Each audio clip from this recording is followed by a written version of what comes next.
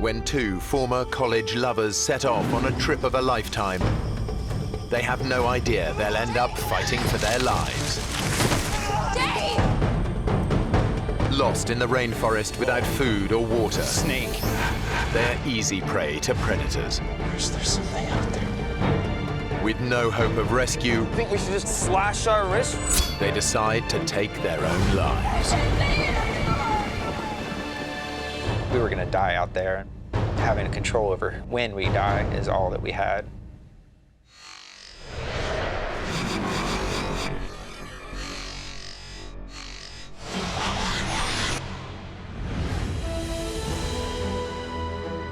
The Amazon rainforest in Brazil.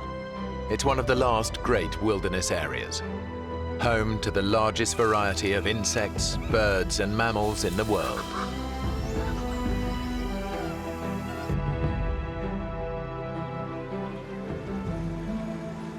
For Dave Boyer and Crystal Ramsey, it's the trip of a lifetime. Can you believe it? We're actually here in the Amazon. Hey, you know when I make a promise, I keep it. It's the realization of a dream they shared 2 years ago when they were a couple. Crystal and I dated for about 3 years, and really were the closest you could possibly be. One day we were talking about our passions, and I asked her the question, if you could go any one place in the world, where would that be? And the Amazon was #1 for both of us. Dave and Crystal aren't together anymore, but they are still close friends. There was no one I would have rather gone with than him. Dave knows that Crystal has had a long-standing struggle with depression. In school, where I met Dave, I had a very bad time with depression.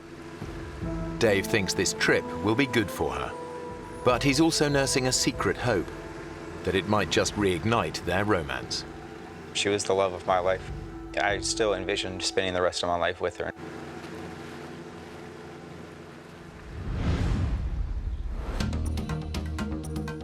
They've traveled almost 200 miles south from the Brazilian city of Manaus to one of the Amazon's remotest backwaters. They plan to spend 2 months exploring the region. Their base, a small lodge in the heart of the rainforest. Around it is a network of clearly marked forest trails. Dave and Crystal spend their first 2 days checking out the shorter ones. Then they decide they're ready to take on the longest. It's known as the White Trail, and it stretches 3 miles deep into virgin rainforest.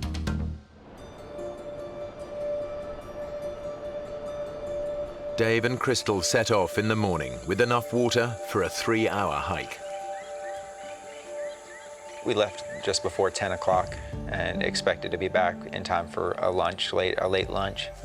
They've spent 2 years reading up on the rainforest, but nothing prepares them for the real thing. As soon as we went in, we started to see more than we had ever seen before, such as bats and different kind of bugs than we had ever seen, and it was a fantastic morning. I was really excited. Dave, look. We had tunnel vision. We were focused on one thing, and that was exploring and seeing the rainforest. We were oblivious to any dangers that were involved. They are so absorbed by the sights and sounds of the forest, they don't notice that they've stepped off the marked trail. Our awareness was elsewhere. It was on the trees, on the animals, on the sounds. They are now following paths made by animals. As we got further along, the jungle seemed to creep in on each side. We now had to walk in a single file line.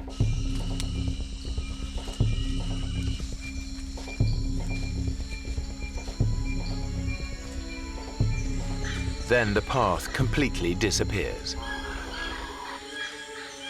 For the first time, they realize they're no longer on the trail. That's when I didn't know what to do. I was really worried. Let's see the map. I think I forgot the map at the lodge. I had left the map sitting on the dresser in our cabin. Dave. Look, I can remember it. I can. The map Dave left behind was a hand-drawn sketch of the area. He clearly remembers it showing the lodge at the bottom, which would normally indicate that it lies to their south. But the map isn't laid out in the usual way. To get back to the lodge, they actually need to head north. If we head south, that should take us back. You're sure?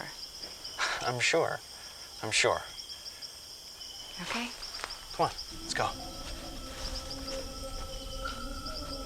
Hiking south is the worst decision Dave could make. Ahead, there lies nothing but thousands of miles of rainforest. Uninhabited, except for rainforest creatures, many of them highly dangerous. 2 hours later, they're getting worried. This way.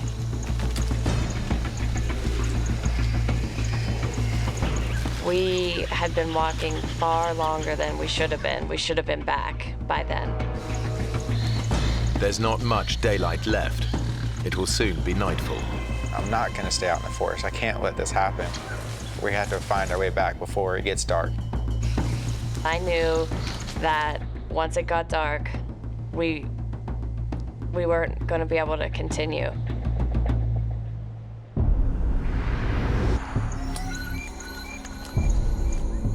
As darkness descends, any chance of finding the lodge today disappears. That's really the first time we started to have some panic. What time is it? It's almost 6.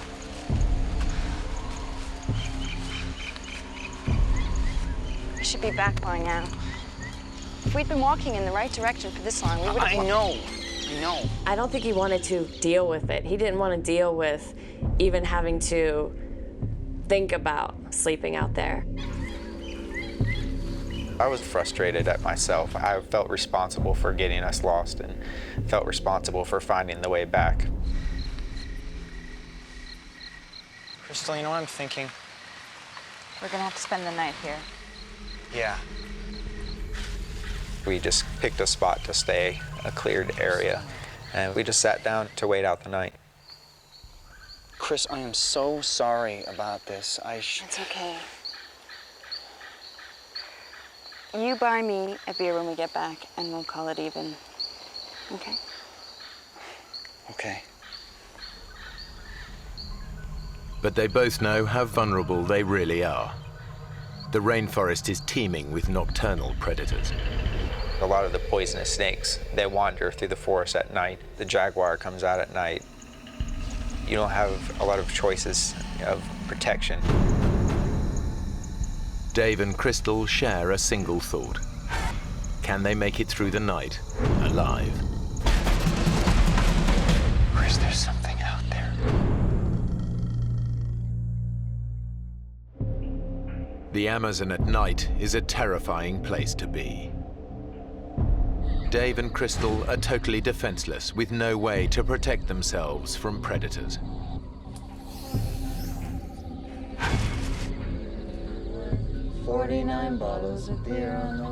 We weren't going to try to sleep at all. We were going to stay up, and that way if something stumbled upon us, we would be ready.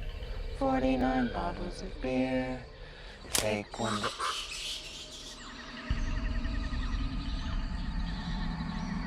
Jeez, did you hear that?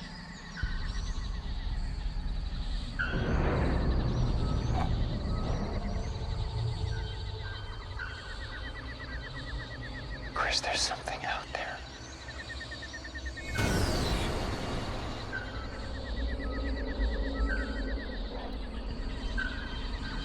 Do you think it could be a jaguar? The Amazonian jaguar stalks its prey under the cover of darkness. It can kill with a single crushing bite to the head.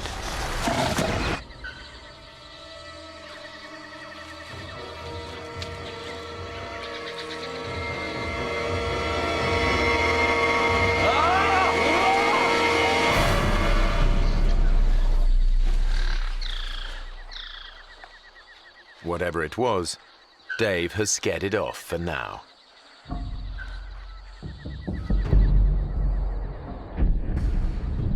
They spend a sleepless night, alert to every tiny sound.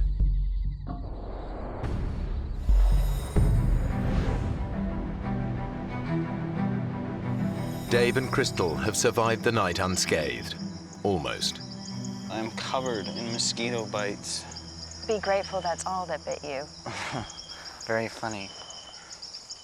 So, what's the plan? Well, Dave needs to get them back to the lodge fast. Crystal's on medication for her depression, and he knows she doesn't have her drugs with her. She had never missed a day on that medication. this trail heads south, so it should take us right back to the lodge. Okay. So we'll be back for breakfast. Yeah. Let's get moving. I truly believed that we were close and we were heading in the right direction. We just had run out of time the night before. It was going to be a breeze. But with every step, they continue to move further away from the safety of the lodge.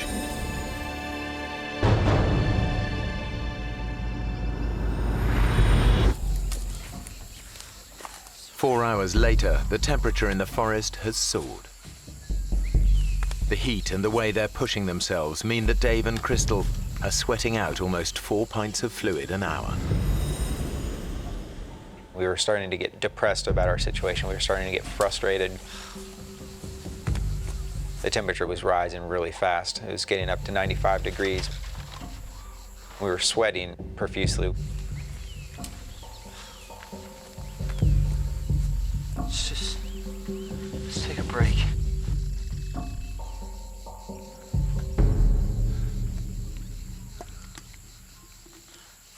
Dave, I'm out of water. When I realized that we were out of water and it was hot and it was 10 o'clock, I really started to realize things weren't just going to be okay. We knew that we were losing water so quickly and things were not going to function right. Our brain was going to start to trick us and our body was going to give out eventually. There's got to be something around here. The irony is that the Amazon basin is one of the wettest places on Earth. Over 9 inches of rain can fall in a single month, leaving puddles of water everywhere.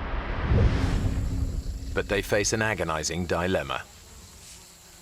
I didn't know what to do. Should we drink water and possibly get very sick, or risk getting very sick from dehydration? I have an idea.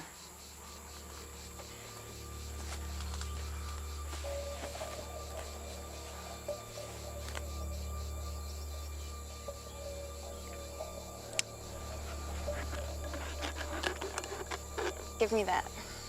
My plan was to use my sports bra as a filter. Okay. Now I want you to pour that through the top here. Crystal's bra could actually filter out a number of nasty parasites. But it won't get rid of smaller microorganisms that could make them dangerously ill. Okay. Bottoms up.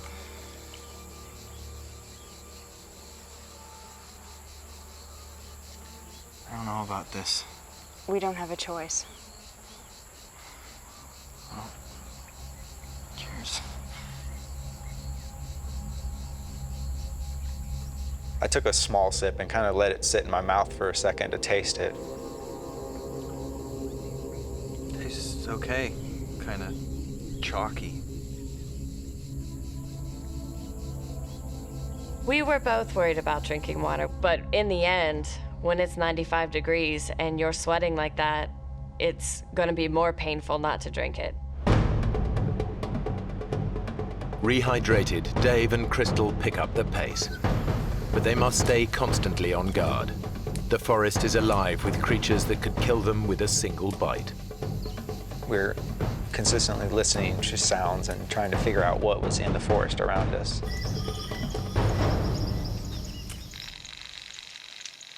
I didn't want to touch a branch that we didn't know what was on that branch. We wanted to watch our steps.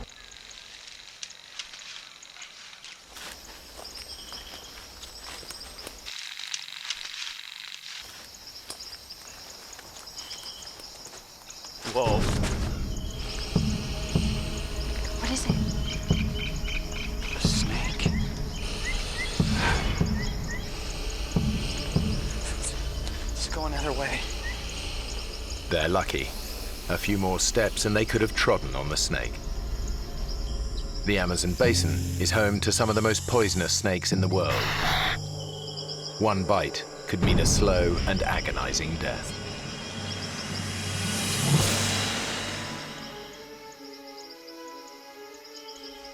By mid-afternoon, Dave is resorting to a new desperate tactic in his search for the lodge. I was trying to keep us in the same area of where we got lost in, kind of zigzagging back and forth, hoping to stumble upon the trail. Let's try over there. Crystal was starting to get a little bit frustrated with that strategy. Dave was literally almost walking in circles and didn't realize that that's what he was doing. Crystal is starting to feel the pressure. My brain was saying, things are going downhill. Now, which way are we going? East. East.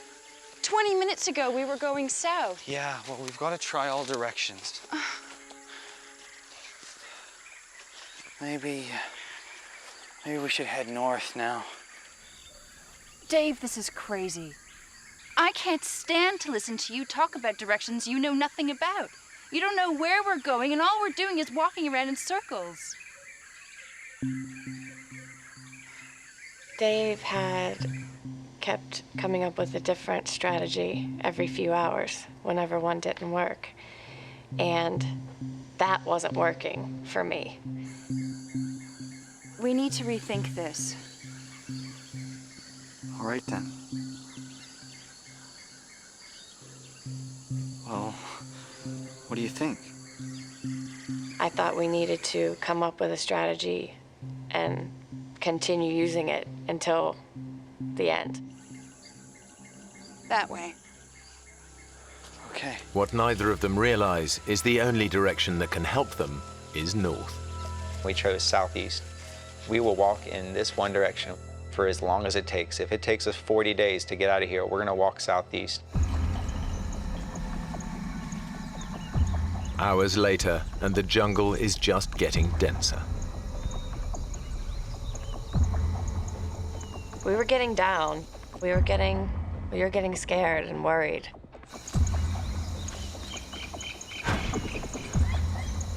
Everything just looks the same. The jungle is so dense and so thick, you can't see more than a few yards in any direction at any one time. Dave has an idea. If he can get up high, he might just be able to see the lodge.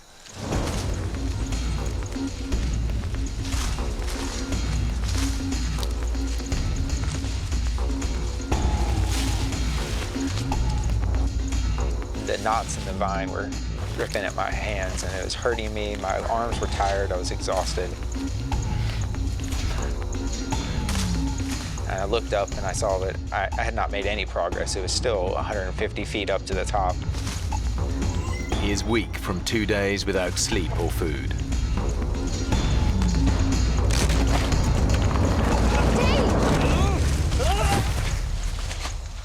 Are you okay? Did you see anything? Yeah. Rainforest. Why is no one looking for us? In fact, people are looking for them. But the search is focused around the White Trail. And that's now a very distant and dense 7 miles away.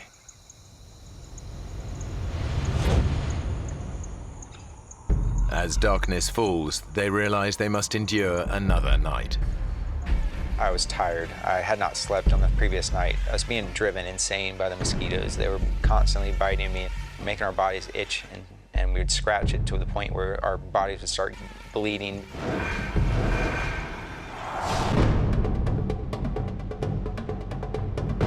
The next day, they're still heading in the wrong direction, getting even further away from the area where rescuers are searching for them. And now they start to notice an ominous change in the behavior of the wildlife. If we were anywhere near civilization, these monkeys would be running away from us. They would be fearful of us, that we would hunt them. But these maybe had never seen a human before in their life and were just curious. And that was terrifying, that we were getting deeper and deeper.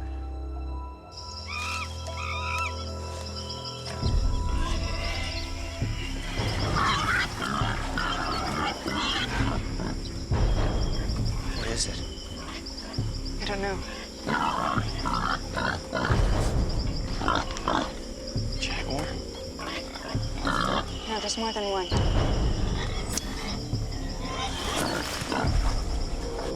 They've stumbled on a pack of wild Amazonian pigs. Dave knows how ferocious they can be. The locals have said that they're really the most dangerous thing to encounter in the forest, other than a snake. They're aggressive. If wild boars got a hold of you, it'd probably knock you to the ground quickly, and then you would have several animals on top of you biting and really just eating and going to work. The way to avoid any confrontation is to let them know that you are different, that you are not something that's in their normal habitat.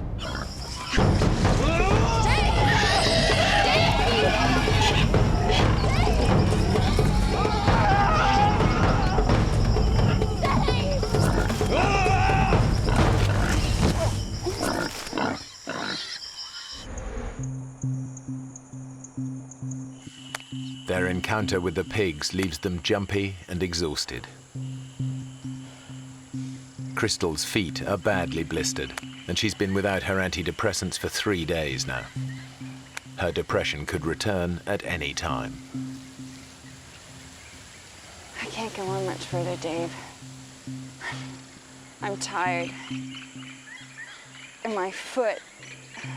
We'll get out of this ravine and we can make camp.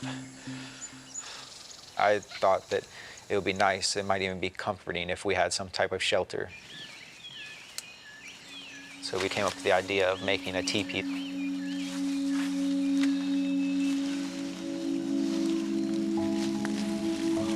Excellent. Yeah. It was drawing us closer together. She told me that if I was as I was while we were lost, if we had always had that relationship in that past year, that we would still be together, that she saw all the things that she had fallen in love with in the first place. It looks good. We were trying to get our minds off of what we were going through, and we got even closer. My feelings had not changed since the day I met her. I was still in love with her. I still wanted her to be in my life and with me forever.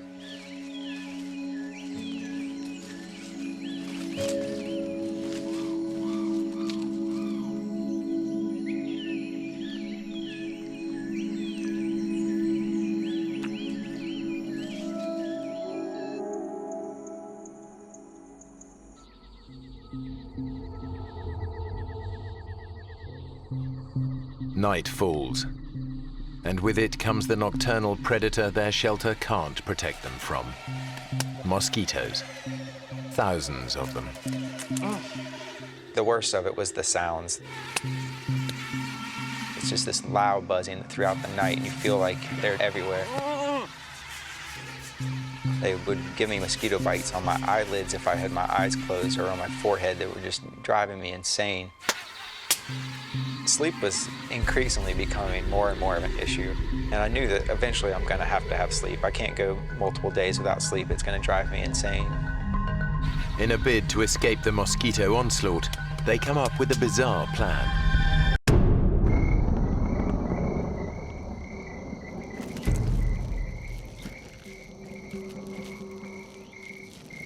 Crystal said, well, we should cover our bodies in mud. That would work well at keeping the mosquitoes off of us. We got inside the hole and pushed the mud in on top of each other, covered our faces, and we laid there in the mud and tried to be as still as possible. It actually felt pretty comforting laying there, and I felt like I was completely covered. I felt like I was going to be safe from the mosquitoes. I thought it was going to be a great night.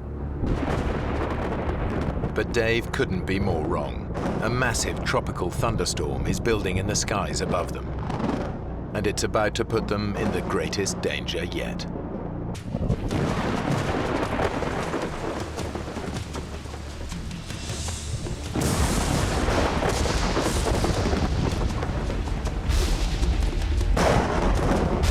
Within a few minutes, we were forced out of our hole. We would have drowned there. They've never experienced anything like it.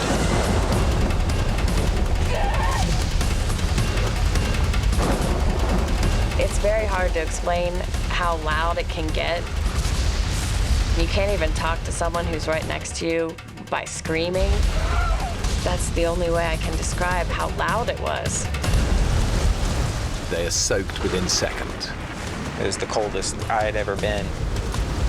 Couldn't stop. My body was just going into convulsions and shaking. And my teeth were chattering. Any hope of sleep is gone. Then, just when they think things couldn't get any worse,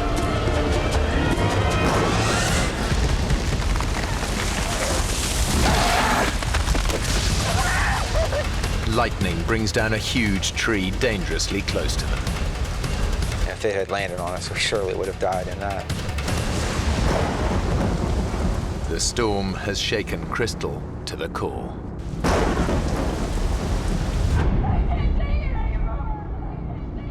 There's never been a worse night in my life than that night.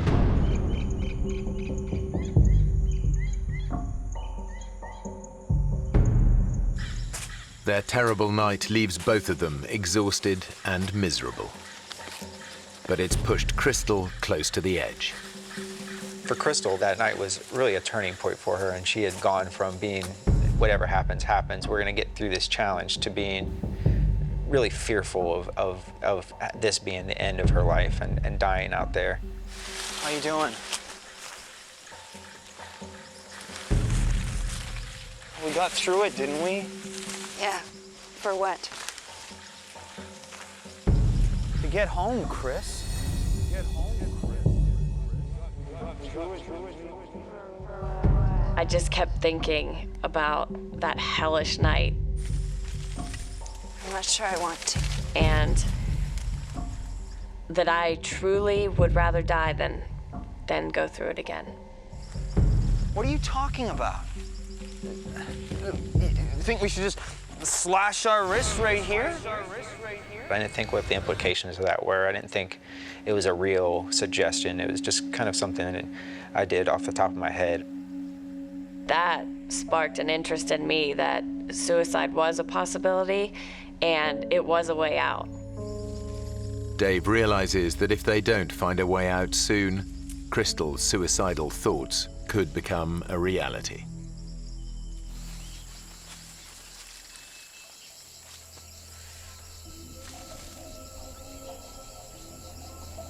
Chris.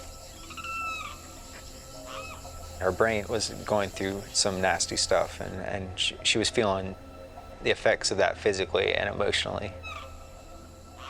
I knew that as the days go on and her withdrawal from her medication gets worse and worse, that it's going to become very difficult to keep her going and to keep that survival instinct inside her.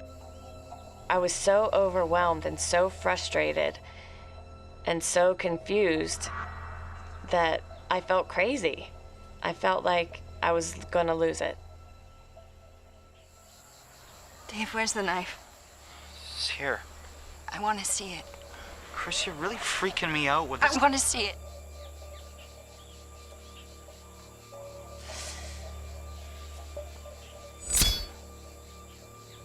The knife really became almost a game that I never would let her hold. She would frequently ask me, "Where is the knife? Can I just see it? I want to know that you haven't lost it." I think my own mind was more dangerous than anything that the jungle had.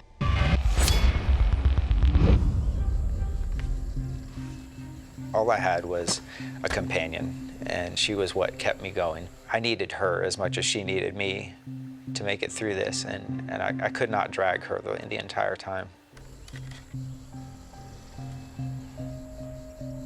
And that made me quite pessimistic for the outcome.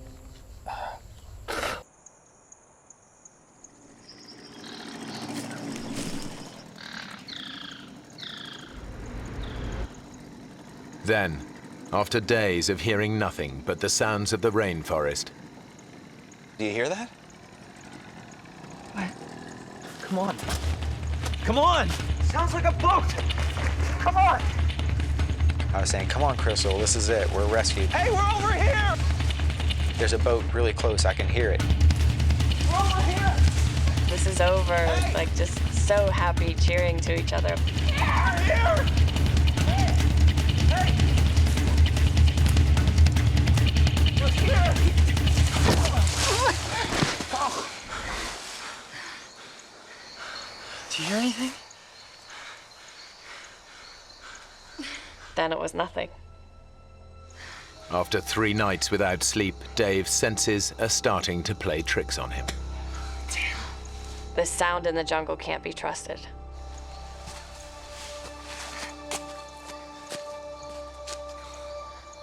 We thought that we were rescued. To have that taken away from us and our hopes just ripped from our hearts, it just killed us.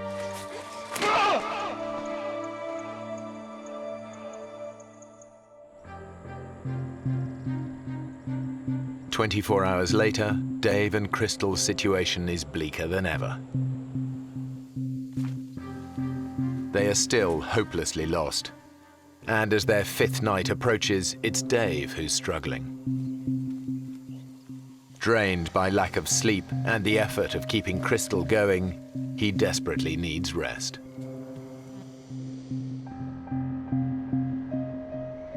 Dave was exhausted. I was very worried about him, but there was nothing I could do to make him sleep. Damn it. There was no way I could help him.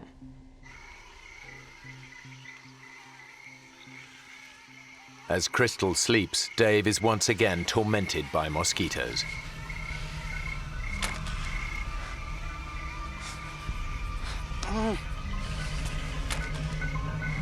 I could not get a grip. I could not get control of what I really needed, and that was to get to sleep. In his totally exhausted state, the insects soon become an obsession. The only way to get me through that night was to find a way to keep moving, keep myself occupied.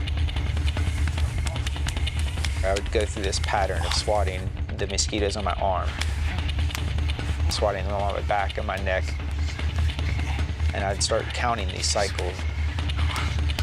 I became obsessed with time.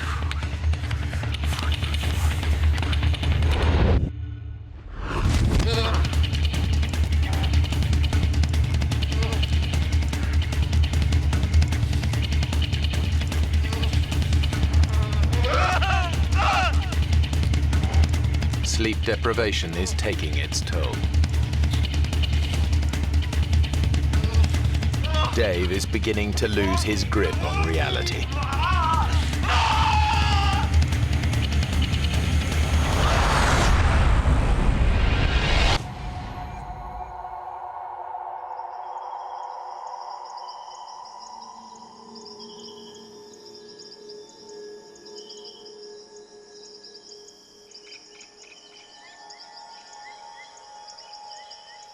I felt like I had lost this battle between me and the mosquitoes, between me and the night, between me and any sleep that I might get. For the first time, Dave thinks they might not make it out of the Amazon alive.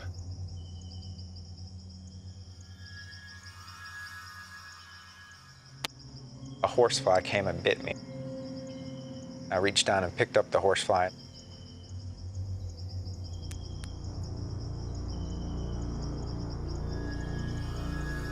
I started to pull off each of its legs. I was just fascinated by it.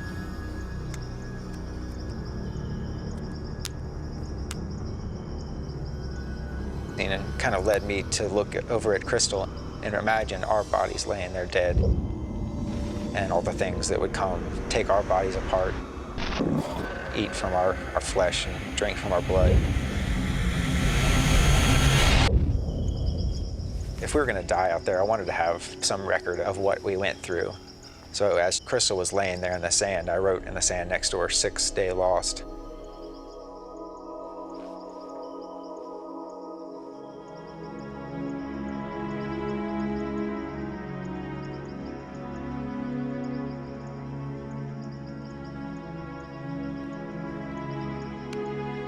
wanted to document it as well as I could, so I'd snapped that picture, hoping that one day somebody would find our bones and our camera and see that we had been there on the 6th day.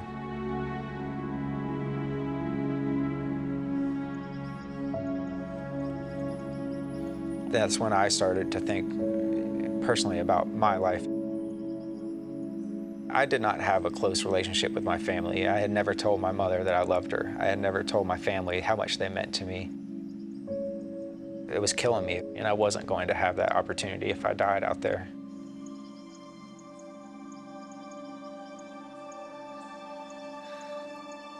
That thought gives Dave the resolve he needs to keep going.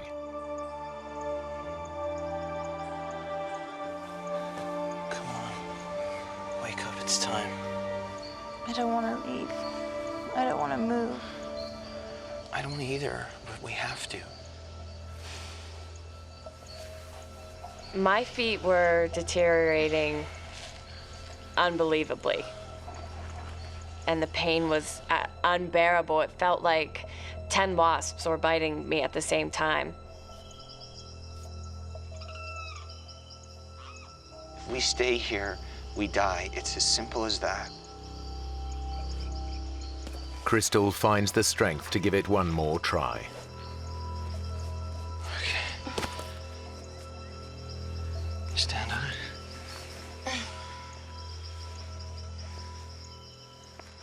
It's my girl.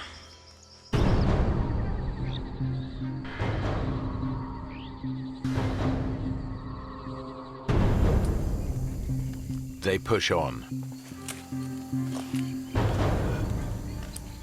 Now the terrain gets harder. Come on, Chris. And as Crystal's feet become unbearably painful, her depression begins to get the better of her. I couldn't walk anymore. I would try, and I would fall down.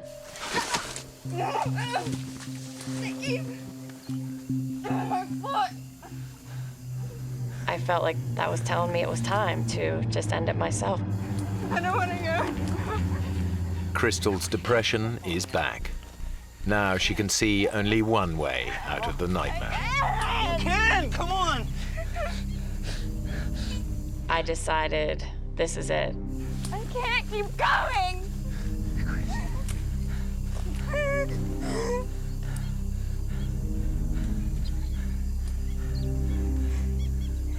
Give me the knife. She really meant taking her life into her own hands. I'm gonna slash my wrists and take my life and put an end to this misery.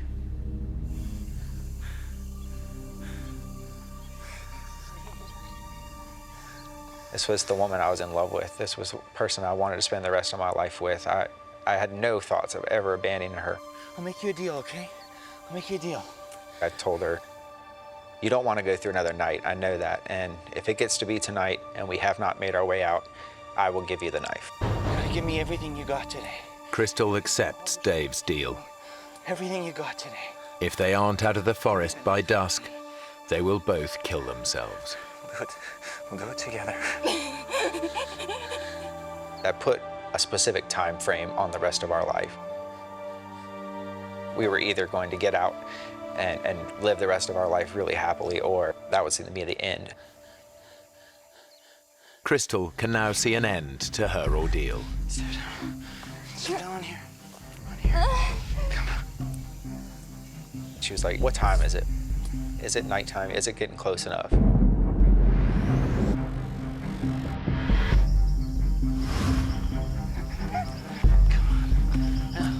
Come on!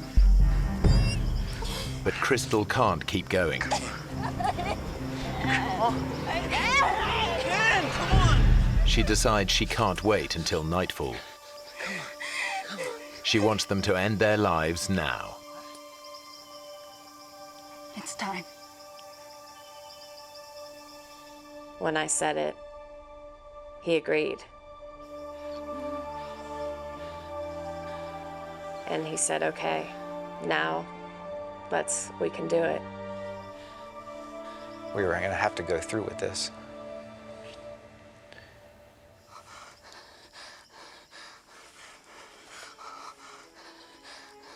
Dave's resigned to dying, but there's a bizarre thought he can't get out of his head.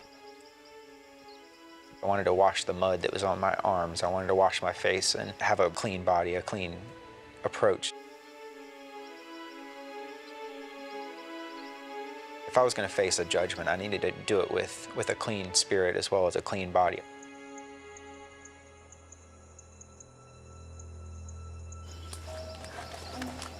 He begins to search for water to wash himself.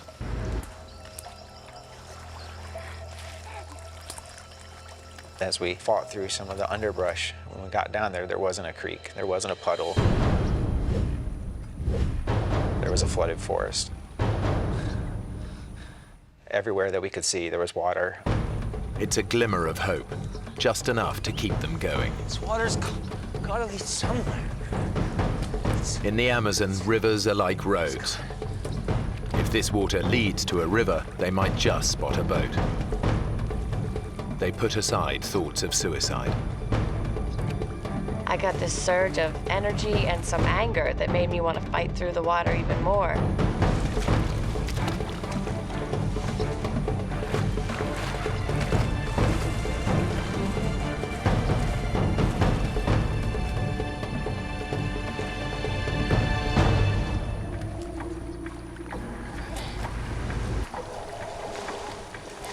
As we were going through the flooded forest, we kept telling each other, don't talk about any hopes, just go, and go as fast as you can.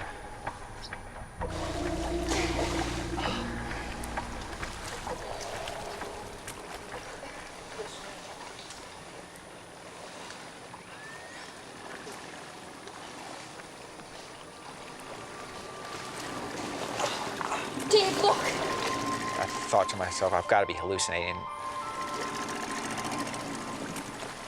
I said, David, am I really seeing that? You know, is that really real? And he said it was. Hey! Hey!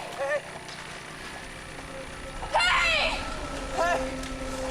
He didn't wave back at us. It seemed like he was miles away. We immediately just started screaming, help, help, help, help me, please.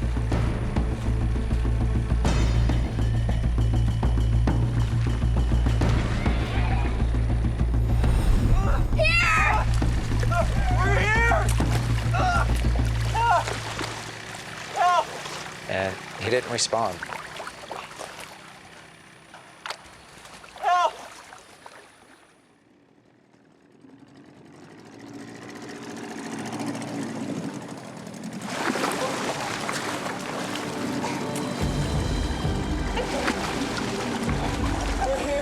We learned in one split second that we were going to live.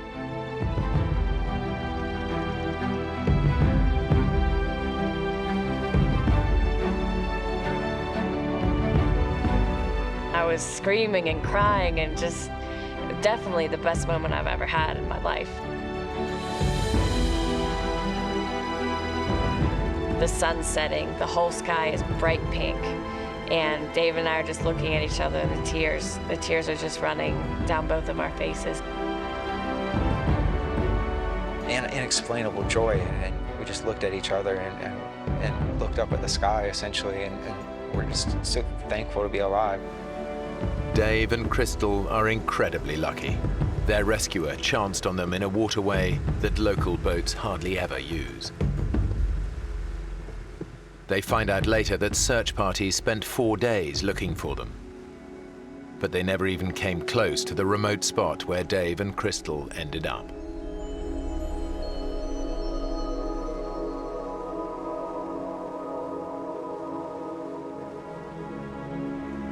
When we got out, we talked about, you know, all the times that we had in the jungle and how we talked about getting married, but when we were finally saved and getting better, we realized that that isn't the thing that we're gonna do at this time.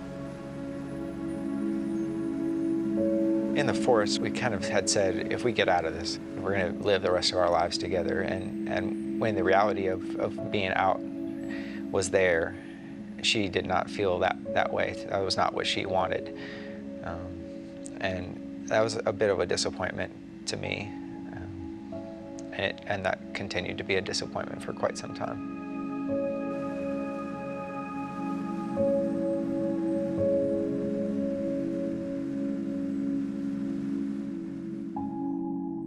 Dave and Crystal have both since returned to the Amazon. They never did restart their relationship, but after their 6-day death-defying ordeal, they became closer friends than ever.